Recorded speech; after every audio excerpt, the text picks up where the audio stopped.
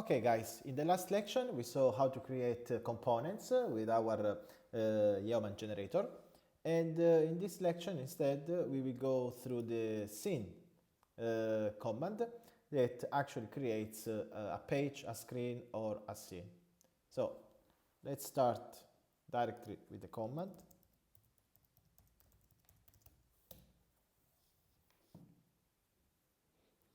Again, the Yeoman generator prompts us with the name of the scene that we can call like dashboard. Let's answer yes, as well as we did for the components, to create an hook file and also some material UI style sheets. And this time we will have our new component inside this dashboard. So as you can see, it creates again a couple of files, an index and an index hook, like it was for our components. So let's open our scene.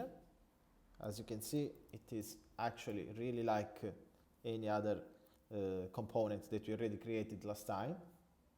So the main difference between a scene and component, it is not logical or technical, because they are both functional components, React functional components. The difference is how we use them, because the scene is a piece of the web page, of the web screens that we use just one time. Instead, the components are a reusable piece of UI that, of course, we can use in different scenes or even many times inside the same scene. So let's remove this stuff and let's pass our new dashboard scene like this. Here our application is actually loading our dashboard scene. Okay, so everything works, but what is this route component? This route component, it is a React component taken from the React Router DOM library. The React Router DOM library, it is in charge of managing the routing of our application in the way that, of course, we can switch in our single page application different screens, different pages without actually changing or refreshing our URL. So to make it more understandable, let's make an example. In this path, we can say like sign up. Let's create another scene.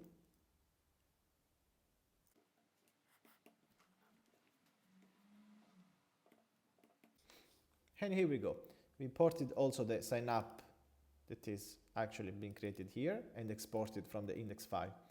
But the sign up, as you can see here, it corresponds to the /signup URL. So if we go back here, we cannot see our sign up. Let's put some code just to be 100% sure of it.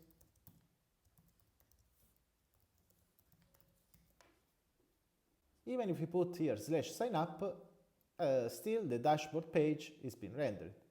Let's put here also the name of the page to be even more clear. As you can see, we have the dashboard. Why it is not working? It doesn't work because of how the route components work. So the route components actually, or the React Router DOM library, it is actually showing the first page that is compatible with the current URL. Since slash it is a substring of /signup and it is put in the first, this is a match. So it is actually rendering the dashboard. So what we have to do, it is to put the more specific URL first and then the less specific. So by saving this time, as we can see, we are rendering the correct sign up page. So in order to actually switch from one page to the other, we want to use the link component. Let's import the link component from the React Router DOM.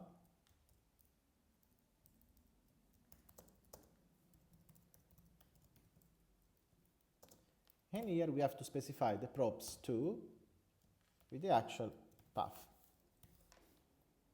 This is it. And we can copy this as well in our dashboard to go back to the sign up page.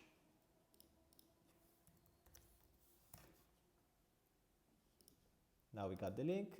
As you can see, we can switch going We can switch forward and back from the dashboard to the sign up page. And as you can see here, then it's reloading.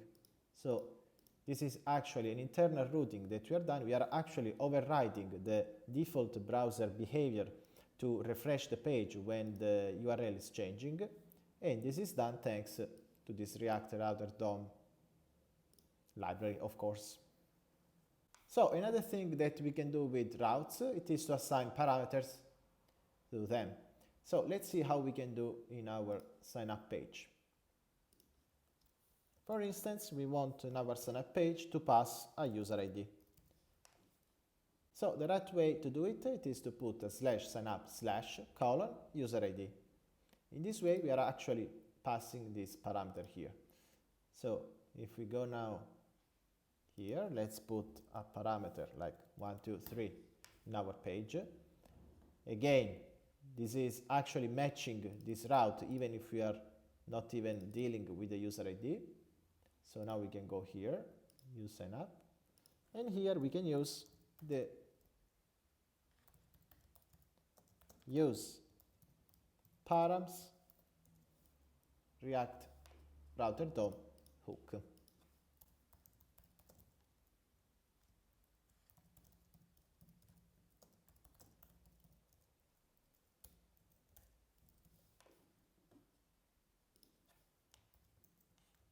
Use params gives us a whole object with all the params specified in the URL. We know that there is just a user ID, but TypeScript doesn't know.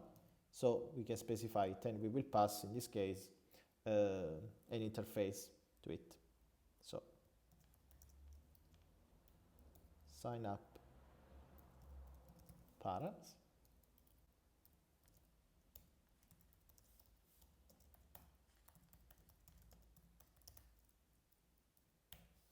And that's it. So now we are telling actually to TypeScript which kind of params our URL is dealing with. There is the user ID. We can pass this user ID to our index file. We can retrieve it like this. And we can put a paragraph with user ID, user ID.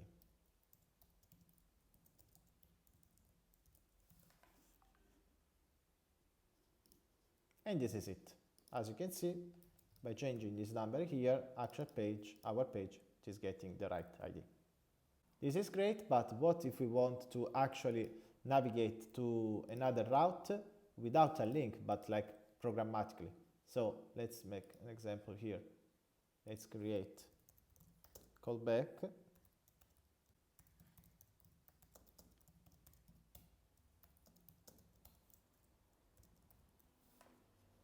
Like this.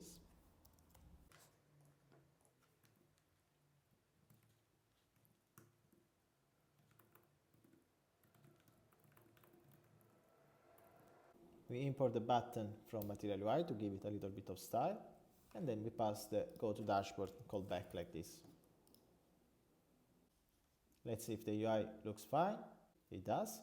So now we can actually write our code. So first of all, when we want to actually push a new route in our browser history without refreshing all the single page application programmatically, we have to use our history hook.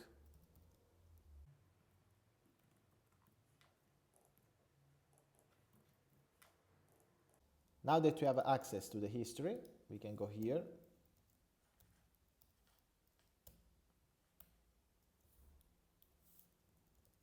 and push a new location. Don't forget to put history since it is the result of another hook in our dependency list. Let's save it. So we can go back here, and by clicking on our button, we are switching to the dashboard without any refresh. Now we have to fix this sign up button since we are not passing any parameters anymore. So let's go to the dashboard, sign up, something like this. And now everything is working. In this case with links, in this case with a button, and actually a function that is calling, it is pushing to our history this new route. And you can check even by using this back button here, you can see that we are going through the history of the browser. So We are actually giving the browser and the user the chance to navigate through the pages even with these browser tools and commands here, and not just with our UI. Okay guys, this is it for this video tutorial.